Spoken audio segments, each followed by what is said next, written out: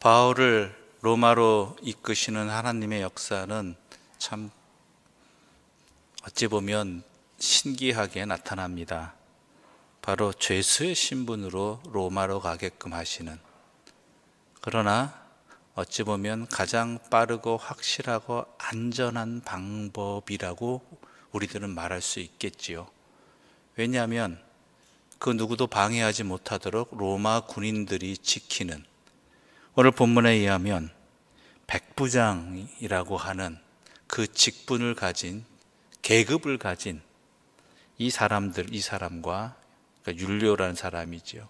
그리고 그의 부하들이 지키는, 보호하는, 이제 정확히 말하자면 그러한 하나님의 이끄심에 의해서 로마로 가게 됩니다. 자, 앞서도 우리가 얘기했지만 2년 동안이나 허송 생활했잖아요. 그렇죠? 가이사랴에 갇혀서 예루살렘에서 제대로 뭐 하지도 못하고 갇혀서 2년이나 허송 세월을 보냈다면, 하나님께서는 또 이 가는 길 또한 여기서 인도해 주셨다면 하나님의 뜻이라면 평탄해야 될 것 같죠. 그렇죠? 물론 바울의 말을 듣지 않은 이유도 있겠지만 하나님이 이끌어 주셨으면 평탄하게 빨리 2년이라는 시간, 허송 세월을 보충할 수 있도록 이렇게 채워주시고 이끌어 주시면 좋겠는데, 그렇지 않은 모습도 나타난다는 게 우리의 인생인 것 같습니다. 전에 말씀드렸지만 하나님의 일을 할 때 우리가 조심해야 될 것들, 물론 다 그런 건 아니지만 일부이지만 조금이지만 조심해야 될 것들이 뭐냐면, 하나님의 일을 하게 되면은 뭐든지 다 평탄하게 되리라는 그러한 생각들을 우리는 은연중에 갖고 있다라는 것이죠. 그래서 뭔가 어려움이 생기고 방해가 생기고 힘든 일이 생기면 이게 하나님의 뜻이 아닌가라는 그러한 염려 속에 사로잡히게 됩니다. 그러니까 이것이 하나님의 뜻인가 아닌가를 분별하는 일이, 이 일을 진행하는 데 있어서 평탄하고 어려움이 있는가 없는가에 좌지우지 되는 것과 같은 그러한 안타까운 판단의 근거에 사로잡히게 된다는 것이죠. 그래서 말씀드렸지만 하나님의 이끄심의 길을 가는 동안에도, 하나님이 이끄시는 길임에도 불구하고 어려움과 방해는 항상 있다라는 것. 그러므로 이 현상으로 보는 것이 아니라 이것이 진정으로 하나님의 뜻이 맞는가 아닌가, 그 본질적인 목적을 보고 이 일을 또한 감당하느냐 아니냐를 우리가 헤아릴 줄 알아야 된다는 것이죠. 사도 바울은 분명히 말렸습니다. 앞서 보면은 우리 9절 말씀 함께 읽어볼까요?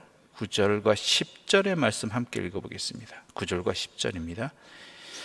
여러 날이 걸려 금식하는 절기가 이미 지났으므로 항해하기가 위태한지라 바울이 그들을 권하여 말하되, 여러분이여 내가 보니 이번 항해가 화물과 배만 아니라 우리 생명에도 타격과 많은 손해를 끼치리라 하되. 바울이 분명히 말리거든요. 지금은 배를 타고 떠날 때가 아니다. 왜냐하면 금식하는 절기라고 하는 것이 언제냐 하면요, 9월 말에서 10월 초 정도 된다고 합니다.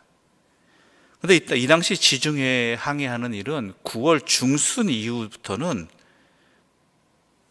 금하는, 자제시키는, 왜냐하면 그때부터 3월까지 이게 날씨가 굉장히 안 좋은 일들이 많았다고 합니다. 심지어 어느 정도였냐면은 11월부터 3월 10일까지는 아예 명령으로 배가 움직이지 못하도록 하는 것이었습니다. 그러니까 그 앞서 있는, 그러니까 배가 움직이지 못하게 하는 11월이 되기 전에 아예 이 모든 일을 끝내고 싶은 사람들의 마음이 있는 것이죠. 지금은 중지는 아니지만 매우 위험한 상황의 때라는 것이죠. 그래서 바울이 하나님의 뜻을 깨닫고 하나님의 이끄심에 따라서 지금은 아닌 것 아닙니다라고 말려요. 물론 항해가 중지하는 때는 아니지만 지금은 조심해야 될 때라는 것이죠. 분명히 일이 일어난다는 것이죠. 그런데 백부장이 선장과 선주의 말을 믿는다는 것. 선장과 선주는 어떻습니까? 빨리 이 일 끝내고 대금 받아서 자기의 그 안정된, 이 조금 있으면 일을 못하니까, 그러니까 이 말을 안 듣죠. 괜찮다고, 전에도 한 적이 있다고. 그러다가 유라굴로라는 광풍을 만나게 되는 것이죠. 엄청난 광풍이죠. 여러분이 쭉 읽으셨지만 얼마나 큰 폭풍인지 오늘 성경 본문의 대부분을 차지하고 있는 이 사건의 내용들이 있습니다. 그래서 오도 가도 못하고 먹지도 못하고 짐도 다 버리고 자기 목숨을 염려해야 되는 그런 상황들이죠. 그러다가 어쩌다가 기회가 생겼습니다. 육지가 가까워지는 것 같은 징조가 보이기 시작하죠. 그러자 사람들이 어떻게 합니까? 사공들이 도망하고자 했다는 것이죠. 폭풍우 가운데라도 배를 그래도 유지할 수 있던 것은 사공들이 있어서거든요. 근데 그 사공들이 살 길이 좀 생기는 것 같으니까 자기들 먼저 도망하려고 했다라는 것이죠. 아무튼간 이 모든 이 폭풍우 속에 이 생명의 경각에 달린 상황들 속에서, 위기 속에서 항상 등장하는 사람이 누구입니까? 사도 바울이죠. 그는 계속해서 권면하고 격려하고 살 길을 알려주고, 그리고 그가 본이 되어서 움직이는 그러한 모습들이 오늘 본문에 나타나게 되는 것입니다. 그렇습니다. 이것이 오늘 우리에게 주시는 하나님의 은혜입니다. 바울은 죄수입니다. 그렇죠?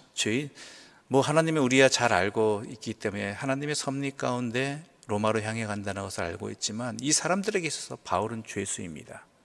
비난의 대상이지요. 멸시의 대상이고 인정할 수 없는 사람이었습니다.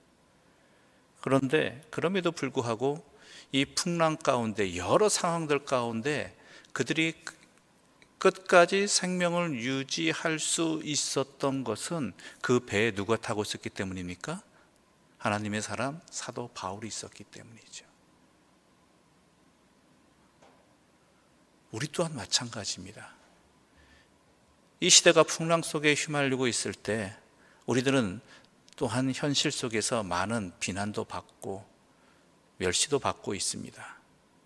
그런데 이러한 풍랑 속에서 그 풍랑 속에 있는 사람들을 살릴 수 있는 것은, 함께 살아갈 수 있는 것은 믿음에 붙들린 하나님의 사람들이 있기 때문이라는 것이죠.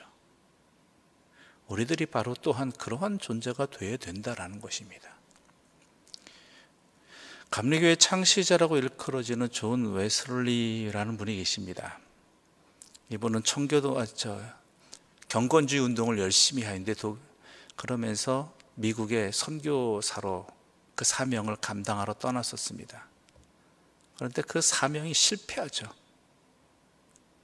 선교 사역이 실패합니다. 그래서 낭망해서 자신의 영국으로 돌아가는 길에 풍랑을 만나게 되는 것이죠.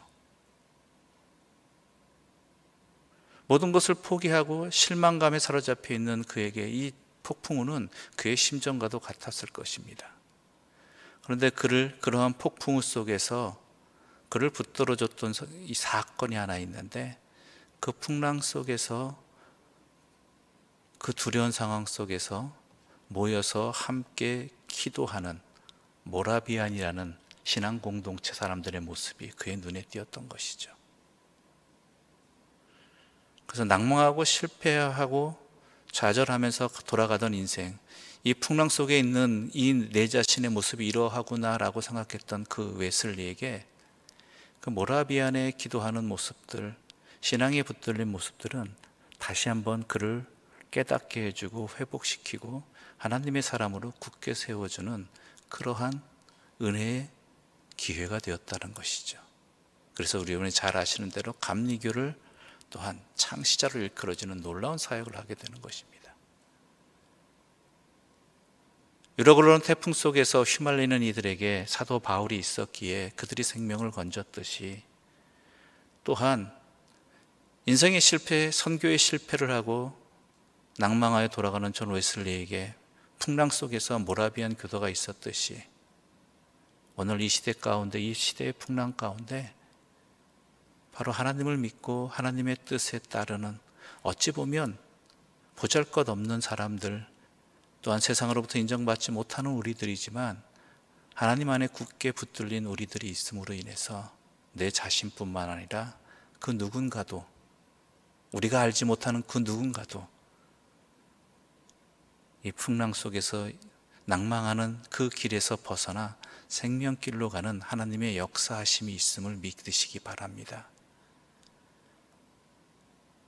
그 사명을 끝까지 잘 감당하기 위해서 우리 자신이, 여러분 각자가 또한 믿음 안에 붙들린 자로서 하나님의 길을 끝까지 따라가는, 그 어떤 상황에서도 주의 뜻을 따르고 주의 말씀을 믿고 주의 뜻을 따르는 믿음의 길을 가는 그 한 사람이 되시기를 간절히 소망합니다. 기도드리겠습니다.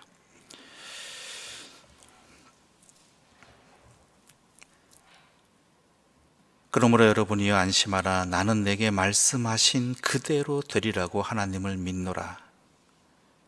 하나님 아버지, 이 시대의 풍랑 속에서 우리를 불러주시고 우리로 하여금 하나님의 자녀로 살게 해주신 것 감사합니다.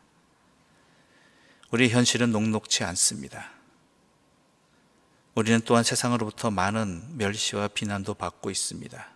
물론 거기에는 우리의 주님을 제대로 따르지 못한, 주님의 백성답지 못한 모습이 있었기 때문임에도 너무나 잘 알고 이 시간 회개합니다.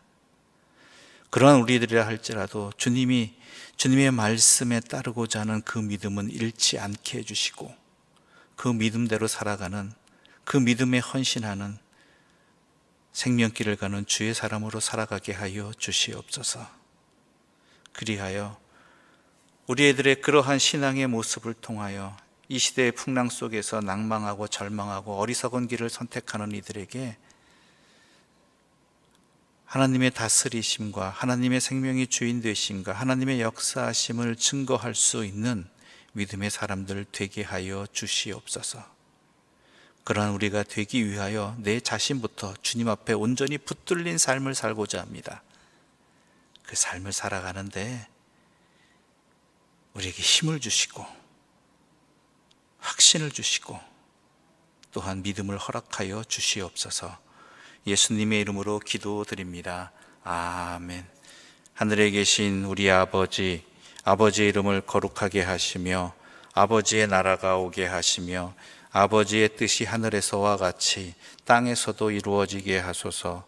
오늘 우리에게 일용할 양식을 주시고 우리가 우리에게 잘못한 사람을 용서하여 준 것 같이 우리 죄를 용서하여 주시고 우리를 시험에 빠지지 않게 하시고 악에서 구하소서. 나라와 권능과 영광이 영원히 아버지의 것입니다. 아멘.